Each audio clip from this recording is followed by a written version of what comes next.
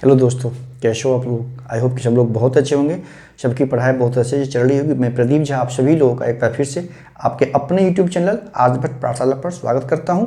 आज हम जेएसएससी से रिलेटेड बात करने के लिए आए। उसमें जो टीजीटी पीआरटी से रिलेटेड भी बात होगी, फिर आपका जो नियोजन नीति है उसके संबंध में भी बात करने वाले हैं, और पंचायत सचिव का जो डॉक्यूमेंट, ये जो डिस्ट्रिक्ट प्रेफरेंस है कब तक मांगा उसको आ सकता है, उसके बारे में भी हम बात करने वाले। सबसे पहले बात कर लेते हैं टीजीटी पीआरटी के से रिलेटेड। बहुत सारे छात्रों का व्यूअर का कमेंट था कि डीबी लिस्ट जो फिर से डीबी लिस्ट होगा या नहीं। तो मैं आप मेरे कहने पे आप यकीन न करें। आप लॉजिकली अगर सोचें कि जब सुप्रीम कोर्ट के द्वारा ऐसा कहा गया है कि जितने भी वैकेंसी थी, कुल वैकेंसी, उसको सभी को फिल किया जाना है, भरना है आयोग को, सरकार को।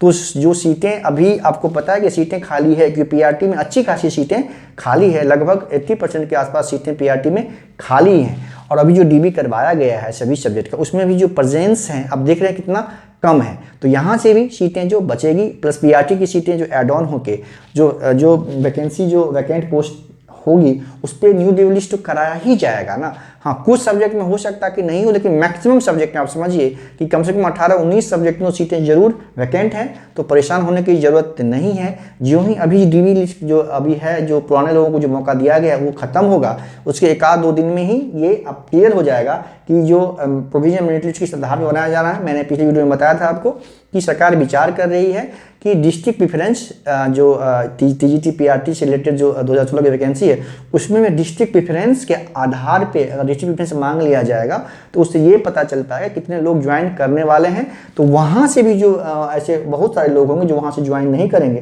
तो गवर्नमेंट को और आयोग को इसका डाटा मिल जाएगा कितने लोग ज्वाइन नहीं करेंगे। तो वहाँ से भी जो वैकेंट पोस्टें बचेगी, अभी जो प्रेजेंट में जो वैकेंट पोस्टें बची हुई हैं, दोनों को एड ऑन करके फ्रेश यानी न्यू डीबी लिस्ट का प्रकाशन किया जा सकता है। इस पे अभी पूरी तरह से 100% सहमति नहीं बनी है, लेकिन इस तरह के प्रक्रिया पे विचार हो रहा है। तो आप देखना है कि क्या डिसीजन लेती है जेएसएससी, और जो भी डिसीजन लेगी जेएसएससी वो सरकार की सहमति से ही लेती है, यानी कार्य विभाग की सहमति से है। तो वहाँ से जेएसएससी अपने स्तर पे उसको फाइनलाइज कर लेगी। उसके बाद एक बार कार्मिक से उस पर वो बात करेगी, और फिर उसके बाद न्यू डीबी लिस्ट कैसे प्रकाशन हो, किस आधार पर प्रकाशन हो, उस पुराने जो सीटें बचेगी उसको एड ऑन करके ही प्रकाशन अगर होगा तो और अधिक संख्या में नए छात्रों को मौका मिलेगा। तो परेशान बिल्कुल नहीं होना है। आप लोग ये समझ, किसी भी हालत में 15 मार्च से पहले सारी प्रक्रिया को पूरा कर लिया जाना है, ठीक है। तो बस इतना दिन आप लोगों ने धैर्य रखा, काफ़ी सालों साल धैर्य रखा, तो अब कुछ दिनों के धैर्य रखने की बात है। आप लोग धैर्य बनाए रखें और ये प्रक्रिया अब जरूर पूरा हो जाए, क्योंकि अब सिर्फ गवर्नमेंट की बात नहीं है, इसमें सुप्रीम कोर्ट का ऑर्डर है, ठीक है। तो गवर्नमेंट चाह के भी इसमें कुछ कर नहीं सकती अब, ठीक है। तो अगर सिर्फ गवर्नमेंट पर निर्भर होती तब तो आपको पता है कि गवर्नमेंट कैसे लटकाती है और कैसे अटकाती है। सिर्फ वादा करती है, आश्वासन देती है। आश्वासन इसलिए देती है कि उसको पूरा करना नहीं है, बस छात्रों को भरमाती है, बेवकूफ़ बनाने का काम करती है। तो इस तरह से, लेकिन चूंकि इसमें कोर्ट संलग्न है, सुप्रीम कोर्ट का ऑर्डर है, तो इसमें आप समझिए कि जल्दी ही सब कुछ सारी प्रक्रिया को पूरा कर लिया जाएगा। अब बात आती है पंचायत सचिव और जो भी ये प्रोविजनल मेरिट लिस्ट आया है, उनके डिस्ट्रिक्ट प्रेफरेंस की मांग की गई थी, ठीक है। कि डिस्ट्रिक्ट प्रेफरेंस अक्सर मांग मतलब किया जाना था कि उसको सबको डिस्ट्रिक्ट प्रेफरेंस के लिए भी पोर्टल ओपन होगा, सबको डिस्ट्रिक्ट प्रेफरेंस लिया जाना है। उसका संभवतः समझिए कि नेक्स्ट वीक में, नेक्स्ट कमिंग जो वीक होगा, उसमें डिस्ट्रिक्ट प्रेफरेंस आयोग के द्वारा मांगा जाएगा।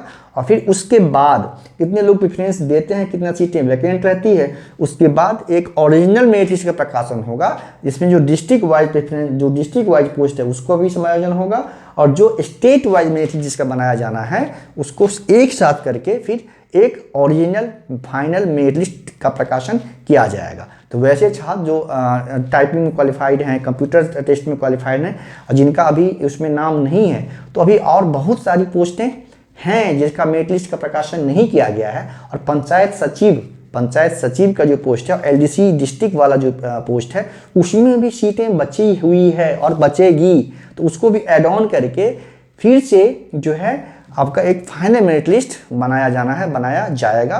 तो वैसे छात्र जिसका नाम इसमें नहीं है और जिसका कट ऑफ मार्क्स अच्छा है, वो लोग चिंता न करें, और टाइपिंग क्वालिफाई हैं आप लोग, तो आप लोग को भी अवसर अवश्य मिलेगा। बिल्कुल परेशान होने की जरूरत नहीं है। अब आते हैं नियोजन नीति। नियोजन नीति आपको पता है कि काफ़ी दिनों से बहुत सारे लोग बोल रहे थे कि ये जो कैबिनेट है, आज वाली जो कैबिनेट थी 9 फरवरी वाली, उसमें उसको आना था, लेकिन हमें यकीन नहीं हो रहा था, क्योंकि सरकार, आपको पता है, जब तक झारखंड में कुछ हो ना जाए फाइनली, तब तक गवर्नमेंट के किसी मंत्री, चाहे वो राज्य के मुखिया ही हों, उनके बातों पे यकीन नहीं करना है जब तक हो ना जाए। आपने देखा होगा कि जब बहुत सारे छात्र इकट्ठा हो गए थे तो एक मंत्री, 3-4 मंत्री के समूह को छात्रों से बात करने के लिए अधिकृत किया गया था सीएम के द्वारा। उसमें कहा गया था मंत्रीगण के द्वारा कि 1 महीना के अंदर जो है नियोजन नीति बन के आ जाएगी, लेकिन नहीं आया, ऐसा हुआ नहीं। तो मेरा यही कहना है आप सभी से कि जब तक ये हो ना जाए, किसी मंत्री, किसी विधायक, किसी मतलब चाहे वो मुख्यमंत्री ही क्यों ना हो, ठीक है, उनकी बातों पर यकीन कर लेना जो है वो हमारी गलती, हमारी बेवकूफ़ी है।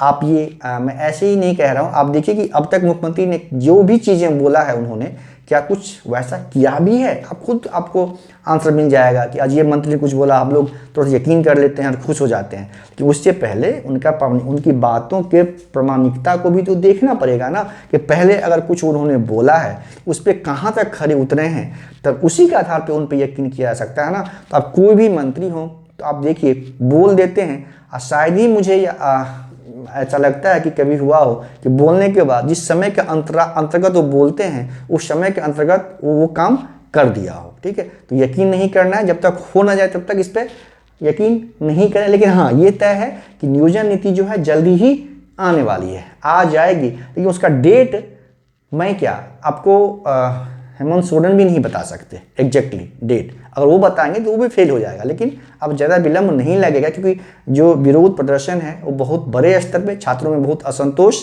बढ़ता जा रहा है, और धीरे धीरे गवर्नमेंट इलेक्शन ईयर मोड में जान एंट्री करने वाली है। तो इस विरोध को, आक्रोश को समझते हुए गवर्नमेंट नियोजन नीति जरूर जल्दी ही लाने वाली है। उसमें कैसी नियोजन नीति आने वाली है इसका हम डिस्कशन कर चुके हैं।